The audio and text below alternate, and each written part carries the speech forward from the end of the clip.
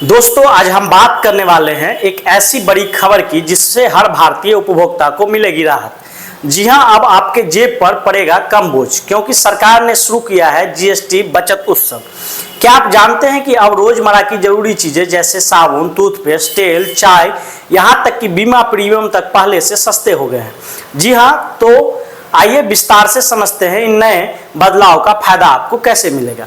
प्रधानमंत्री मोदी ने अपने संदेश में कहा कि भारतीयों की मेहनत से बने उत्पाद ही खरीदें और इसी के साथ सरकार ने उपभोक्ता को राहत देने के लिए जीएसटी दरों में बड़ी कटौती की है।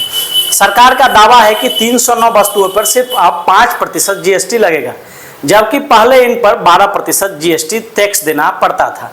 तेल, साबुन, toothpaste, sanitary napkin, shampoo, biscuit, नमकीन, मिठाई सब पर टैक्स 12% से घटकर सिर्फ 5% रह गया है।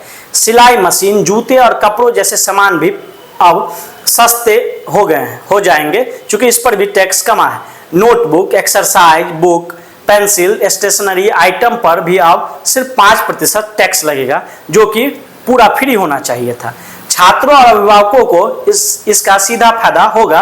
हेल्थ इंश्योरेंस और लाइफ इंश्योरेंस पर भी टैक्स घटकर 18% से 5% कर दिया गया है। मेडिकल टैक्स, ऑपरेशन और अस्पताल सेवाओं पर भी अब 12% की बजाय 5% जीएसटी लगेगा। टीवी जैसे चीजों पर भी टैक्स कम हुआ है।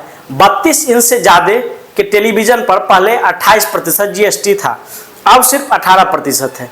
दोस्तों, इसका सीधा मतलब है रोजाना इस्तेमाल की जाने वाली चीजों से लेकर शिक्षा और स्वास्थ्य तक हर जगह अब आपके पैसे बचेंगे।